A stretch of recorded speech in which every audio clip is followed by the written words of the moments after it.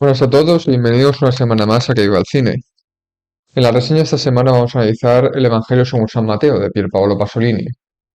Pierpaolo Pasolini se quedó atrapado en Asís, la ciudad natal de San Francisco.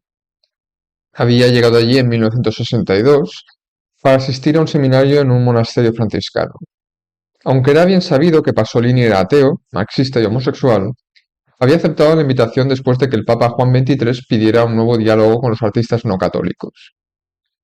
Las calles estaban abarrotadas porque el Papa estaba en la ciudad, y Pasolini esperaba en su habitación de hotel y encontró en dicha habitación un ejemplar de los Evangelios, y los leyó de corrido.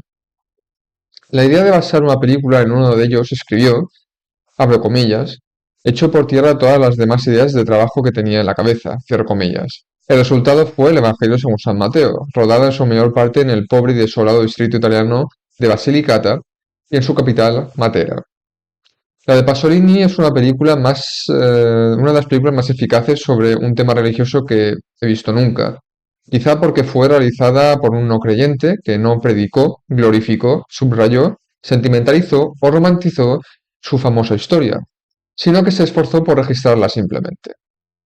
Todo el mérito, me enteré de la historia de la habitación del hotel y encontré gran parte del resto de la información en el Requiem de Pasolini de Bart David Schwartz, un libro de valor incalculable sobre el artista, cuya obra osciló entre lo profano y lo divino, y cuya desordenada vida privada terminó con su asesinato en un descampado de la ciudad.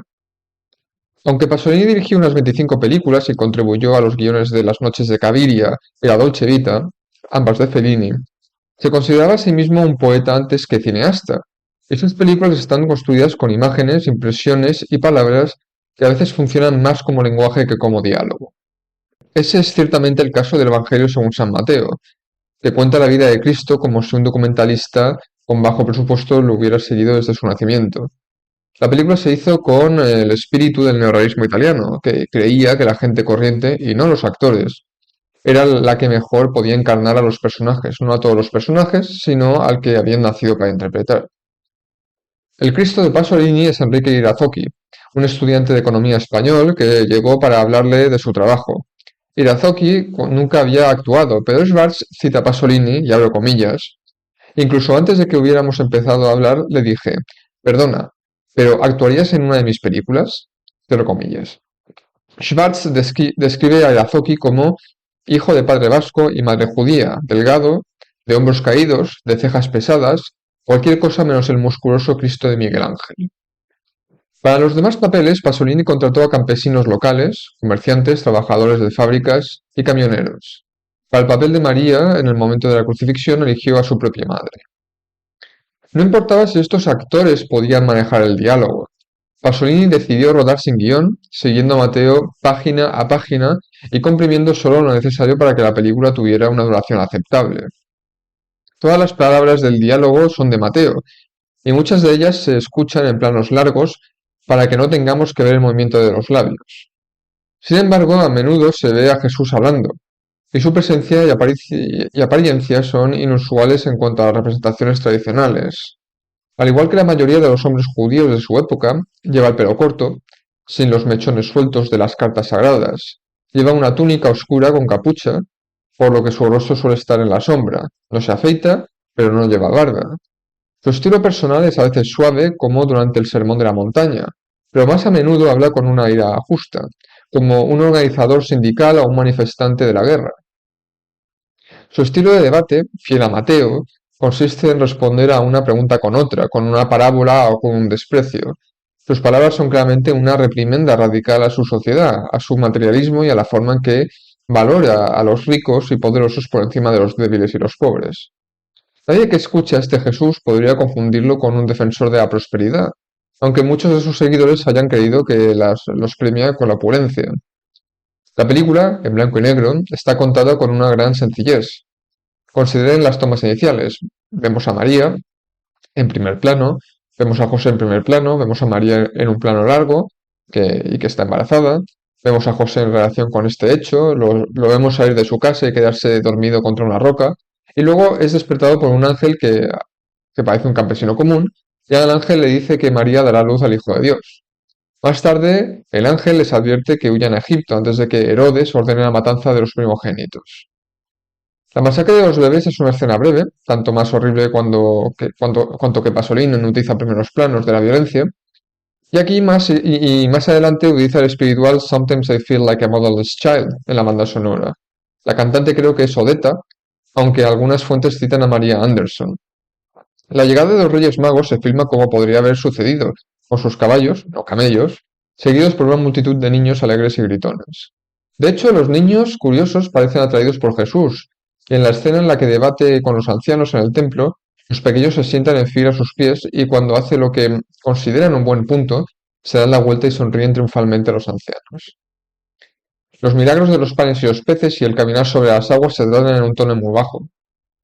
Cristo dice a sus discípulos que partan en su barca, abro comillas, y yo os seguiré, cierro comillas.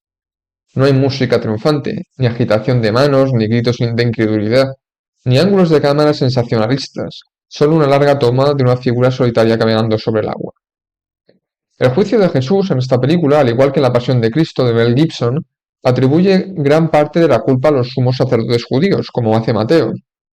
Pero aquellos que consideraron que la representación de Gibson era antisemita pueden apreciar la decisión de Pasolini de filmar los debates principalmente en plano largo y de mostrar a los sacerdotes no como enfadados y rencorosos, sino como eruditos y ponderados, tratando con sobriedad la herejía. Los sacerdotes de Pasolini concluyen, y abro comillas, debe morir, entregadlo a Poncio Pilato, cierro comillas. Y Pilato se refiere a Jesús como un hombre inocente. Más tarde oímos la notoria frase de Mateo, abro comillas, que su sangre sea sobre nuestros hijos. Cierro comillas, que Gibson extirpó de sus subtítulos, no así del diálogo en arameo. La crucifixión carece por completo de la violencia de la versión de Gibson. Casi se le resta importancia, y observamos que durante gran parte del camino al Calvario, la cruz es llevada solo por Simón, mientras que Jesús camina detrás de ella. Hay una corona de espinas, pero solo unas gotas de sangre. Sin embargo, esta versión no está suavizada ni dramatizada al estilo de las epopeyas bíblicas de Hollywood. En su duro realismo, parece una muerte cruel. El reverendo Andrew Greeley, en su ensayo sobre la película de Gibson, corrige a los graduados de las escuelas católicas a los que les enseñó que Cristo murió para quitar el pecado original. Greeley dice que murió para mostrar que sentía nuestro dolor y que nos amaba.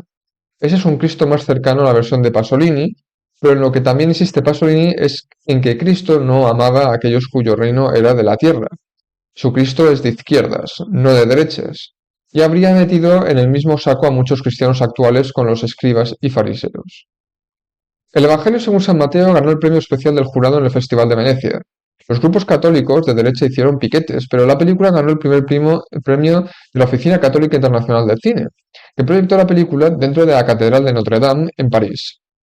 La izquierda francesa estaba tan indignada como la derecha italiana, y Sartre se reunió con Pasolini diciéndole de una forma un tanto oscura, abro comillas, Stalin rehabilitó a Iván el Terrible, Cristo aún no ha sido rehabilitado por los marxistas, cierro comillas.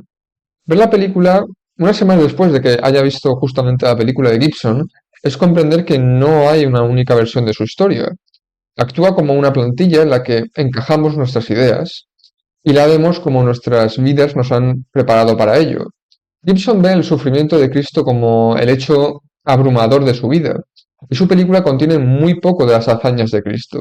Pasolini pensaba que las enseñanzas eran la historia central de Cristo.